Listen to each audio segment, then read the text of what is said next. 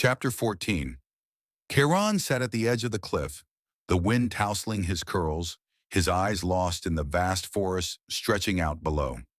When the search party arrived, he stood up. "Stop right there," he growled, his voice sharp like the edge of a blade. He wasn't going back. Not to the palace, not to the place he once called home. That place never truly belonged to him. He was only a monster in their eyes. The soldiers halted, their faces a mix of emotions. Some looked afraid, others disgusted. "I'm not going back," Chiron said firmly. "I won't ever set foot in the palace again." Then he saw him, Aldrich. Chiron's heart clenched. His Omega instinct screamed at him to run into his Alpha's arms, to bury himself in his scent and forget everything. But he couldn't. The man before him wasn't his anymore. He was the king of Luminara, and nothing more. The memories of last night burned behind his eyes. The horror on Aldrich's face still haunted him. "Chiron." Aldrich's voice was soft, hesitant. That's when he noticed Lyria standing beside him. She looked pale, like she was in pain, but she smiled at him gently. Tears welled up in Chiron's eyes. "Lyria, I'm sorry, I never meant to hurt you. I swear." "I know, Chiron. Come back with us," she pleaded and stepped forward. Chiron panicked. He took a step back. "Number, please, don't come any closer." Then Aldrich spoke.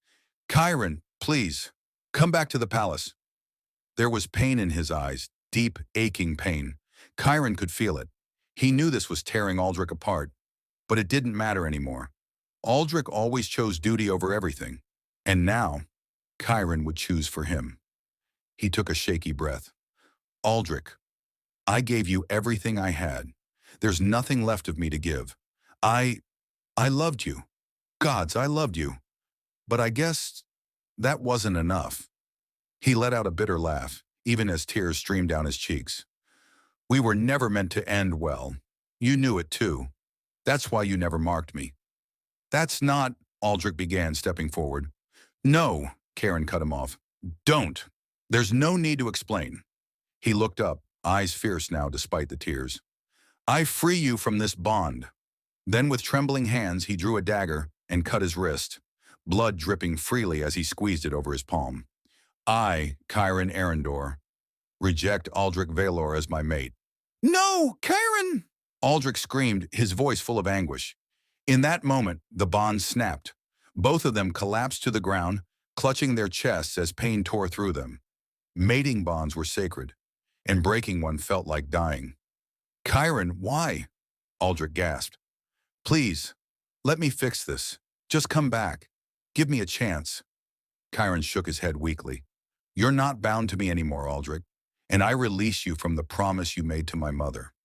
He turned to Lyria, his voice heavy with sorrow. "Lyria, I'm sorry. I hurt you, intentionally or not. It doesn't matter. I'll carry that guilt forever." Lyria opened her mouth, but before she could speak, Chiron stepped back. He turned to Aldrich once more. He bowed. "I hope you become the just and noble king you always wanted to be, Your Highness." And then he closed his eyes and jumped. Far away near the borders of the Lightfey Kingdom, Raven Draver and his convoy had just reached the valley. His alpha instinct suddenly flared, sharp and urgent. Something was wrong. He looked up. Someone was falling. "Protect!" The alpha in him snapped awake, surging forward before thought could catch up. He called upon the wind. Air gathered beneath his feet as he launched into the sky, his silver hair whipping in the breeze, his crimson eyes locked on the falling figure. He caught the man just before he hit the ground, wrapping him in a protective embrace as they landed gently. Raven's heart clenched at the sight of the man in his arms. The Omega's body was bruised, cold, and far too still. Raven, who was always cold, always distant, felt something inside him break. A single tear slipped down his cheek. "Mine," he whispered before he even realized the word had left his mouth. Then he noticed the locket around Chiron's neck, and he knew what to do. He turned to Kyle, his voice quiet but commanding. "We're going to the enchanted forest of Alarion." Kyle gave him a knowing smirk, understanding without needing words. Behind them, the soldiers of the Dark Fey army stood stunned. They had never seen their cold, ruthless prince act like this, but none of them dared question it. Raven held Chiron tighter as he led the way.